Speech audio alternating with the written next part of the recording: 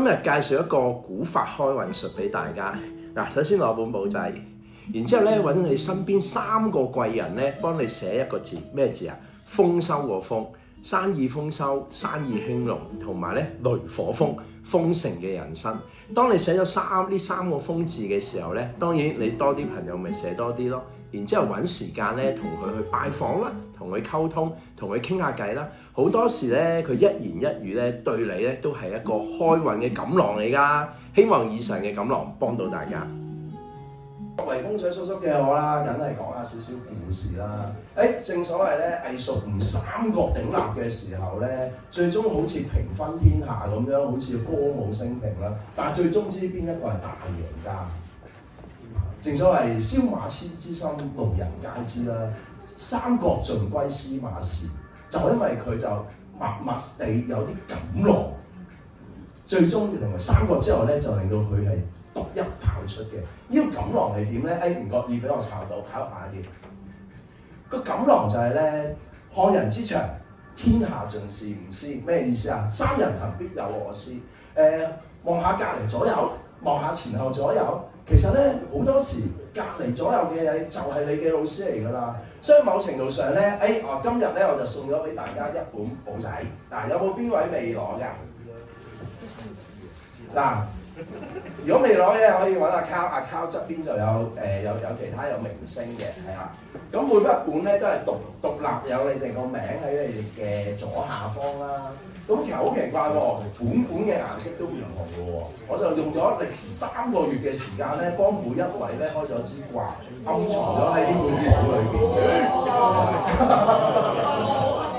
嗱，至於點樣去啟動呢個錦囊咧？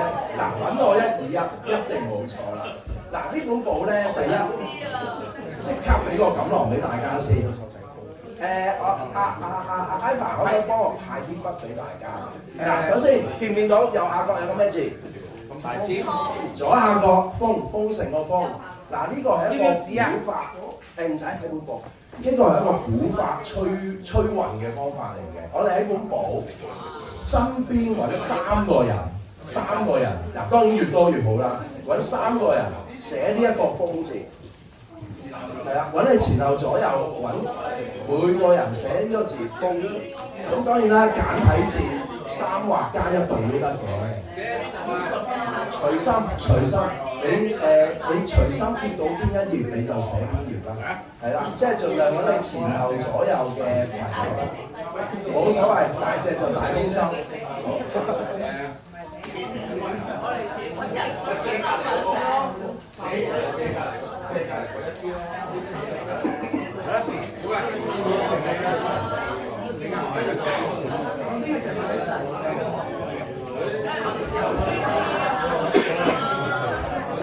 呢個時候梗係講下故事啦。咁啊，話説司馬遷咧攞個三角鼎立嘅時候咧，咁有人問佢攞錦囊，咁佢就話：當你結識任何一個人，無論幾叻嘅人，你睇佢嘅短處咧，天下間冇一個人係值得你深究嘅。但係咧，如果你係看人長處咧，任何一個人都會係你嘅老師咯。阿 Kevin，我哋睇兩本簿出嚟，跟住咧揾你身邊3個人咧寫個豐收個豐字。3個人？係啦，以上都得嘅，30個都得嘅。原來阿 Cow 咧話係文師嘅意思咧係用粗筆寫會第一版咧會靚啲嘅，所以粗筆係有心用粗筆嘅佢意思。有心用粗筆係啦，寫3個豐字。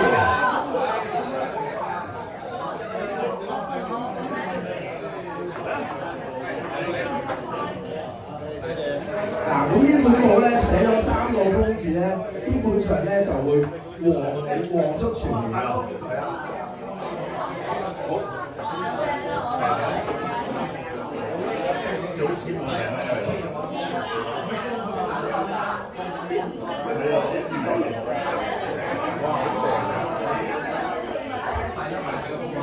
好，咁啊，一陣間我哋再寫啦。咁而家我哋節目嘅時候，而家翻嚟呢度先。嗱，咁好簡單，大家攞咗3個豐字啦。最主要咧就係呢一本簿咧，其實咧鼓勵大家更新先。仲有重要一點就係咧，唔同顏色咧，天下間所有顏色都係由金木水火土所做成嘅。你會發現你本簿呢個顏色咧，其實就係我對大家嘅一種加持同埋一個啟示啊！咁啊，鼓勵大家下次嚟揾我做業務拜訪嘅時候咧，揸住呢本簿仔。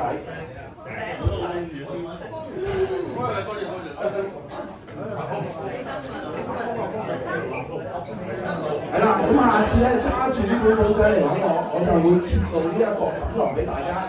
點解我會為大家咧揀選呢一隻顏色俾你自己？你望下隔離，佢個顏色同你唔同㗎。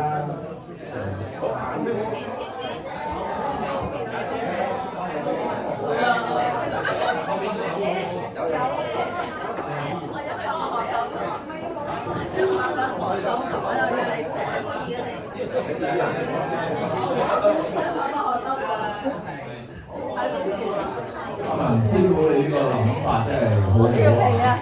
好調皮啊！呢個諗法，但係咧又好豐盛嘅件事，又喂其實越多風咧，就代表係越多錢嘅賣咧。應該我諗人師傅意思就係咁樣。係啦，冇錯啦，鼓勵大家咧，同頭先啱同你寫個風字嗰位會友咧，憑記憶揾翻去做121啦。好，買完。